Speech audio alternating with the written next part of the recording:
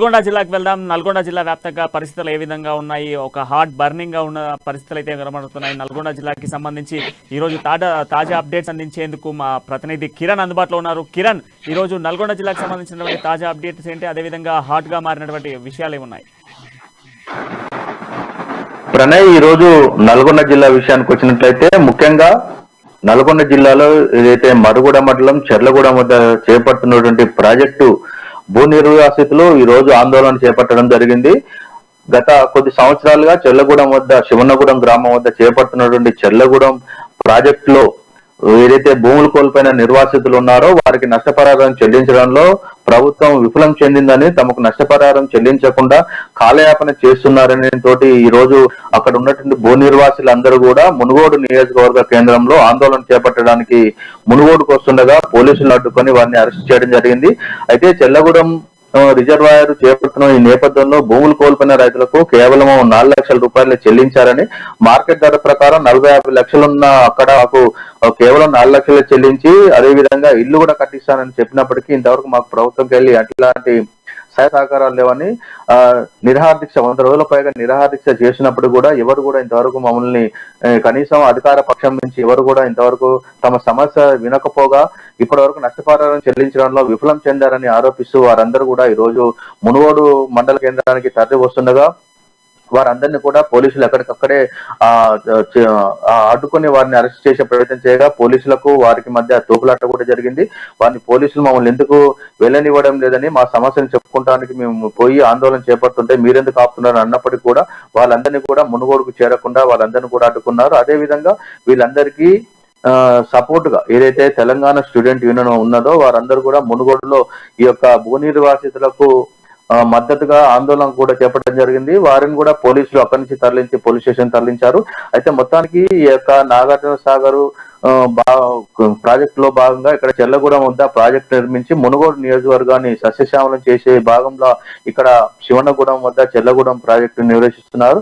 అయితే ఈ యొక్క ప్రాజెక్టు విషయంలో కొంతమంది రైతులకు న్యాయం జరిగినప్పటికీ చాలా మందికి కూడా అప్పటి మార్కెట్ రేట్ ప్రకారం 4 లక్షలు మాత్రమే చెల్లించారని, ఇప్పుడు ప్రస్తుతం మార్కెట్ ధర 40-50 లక్షలు ఉందని, ఆ ధర చెల్లించినట్టయితే మేము మరో చోట ప్రత్యామ్నాయంగా మా భూమి కోల్పోయిన అంతా మరో చోట కొనుక్కుంటామని చెప్తున్నప్పటికీ వారు కేవలం 4 లక్షల రూపాయలు చెల్లించారని, ఇల్లు కూడా కట్టించలేదని, ప్రభుత్వ ఉద్యోగం కూడా కల్పిస్తామని అప్పుడు హామీ ఇచ్చి మా దగ్గర భూములు బలవంతంగా లాక్కున్నారని, ఇప్పుడు మా భూములు లాక్కున్న తర్వాత మేము ఎక్కడికి పోవాలో తెలియని పరిస్థితి అని, వాళ్ళు ఇచ్చిన డబ్బులు ఎక్కడ కూడా సరిపోవని, మార్కెట్ లో ఎకరం ధర 40-50 లక్షల రూపాయలు ఉందని కేవలం 4 లక్షల రూపాయలు ఇచ్చి చేతులు దులుపుకున్నారని అని వాళ్ళు గత కాలంగా నిరసన వ్యక్తం చేస్తూనే ఉన్నారు. ఇంతవరకు కూడా ప్రభుత్వం వారిని పట్టించుకోకపోవడం, వారి సమస్యను వినకపోవడం, తగినంత నష్టపరిహారం చెల్లించడంలో విఫలం చెందడంతో వారంతా గత 100 రోజులుగా అక్కడ నిరాహార దీక్ష చేస్తున్నారు. వారందరూ కూడా మునుగోడు ఎన్నిక నేపథ్యంలో వారి సమస్యను మరింత జటిలం చేసే భాగంగా ఈ రోజు మునుగోడులో ఆందోళన కార్యక్రమం చేపట్టడం జరిగింది.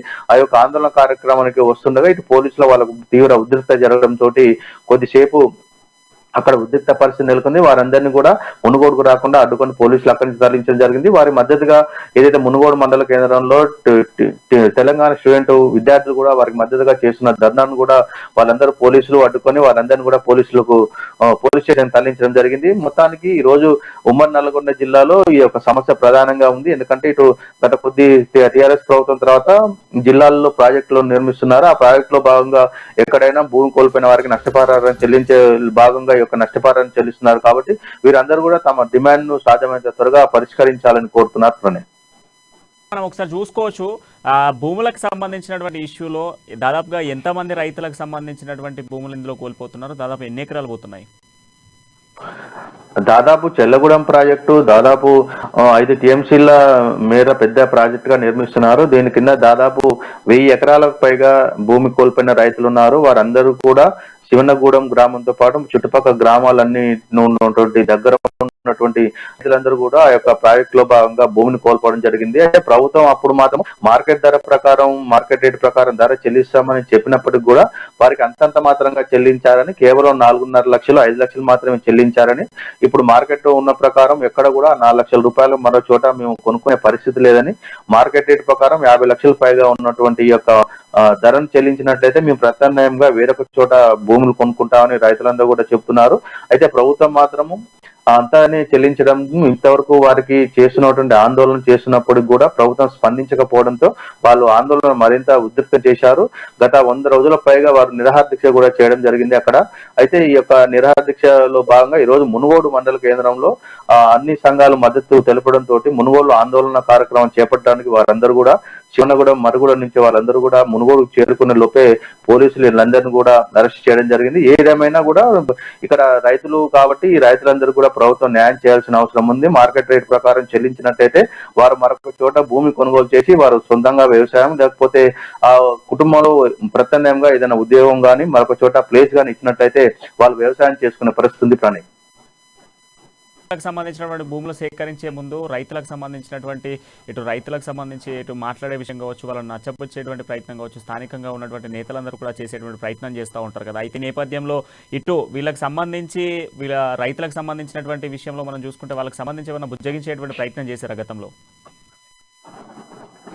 అయితే అప్పుడు ప్రాజెక్టు మొదలైన కొత్తలో ఎంతమంది అయితే రైతులు కోరుకున్నారో ఆ కోల్పోతున్న వారందరికీ కూడా ప్రభుత్వము ఒక లిస్టు తయారు చేసి వారందరూ కూడా నష్టపరిహారం చెల్లించే భాగంలో చెల్లిస్తామని చెప్పారు. అయితే భూమి కోల్పోతున్నప్పుడు ఆ భూమితో పాటు ప్రత్యామ్నాయంగా మరొక చోట భూమి ఇస్తామని, లేకుంటే మార్కెట్ ధర ప్రకారం చెల్లిస్తామని, అదేవిధంగా అక్కడ కుటుంబంలో ఎవరికైనా ఉద్యోగం లాంటిది ఏదైనా ఉంటే పార్ట్ టైం లాంటిది ఏదైనా ఉద్యోగం కల్పిస్తామని, ఎవరికి కూడా ఇలాంటి అన్యాయం చేయమని అప్పుడు ప్రాజెక్టు కడుతున్న సమయంలో చెప్పారు. అప్పుడు కూడా రైతులు మా భూములకు పూర్తి స్థాయిలో నష్టపరిహారం చెల్లించిన తర్వాతనే మా భూములు తీసుకోవాలని చెప్పినప్పటికి కూడా అప్పుడు ప్రస్తుతం మాత్రం వారందరినీ బుజ్జగించి ఎంతో కొంత ఇచ్చి అక్కడ రైతులను ఖాళీ చేయించారు. ఇప్పుడు ప్రాజెక్టు వరకు కూడా దగ్గర పడ్డది.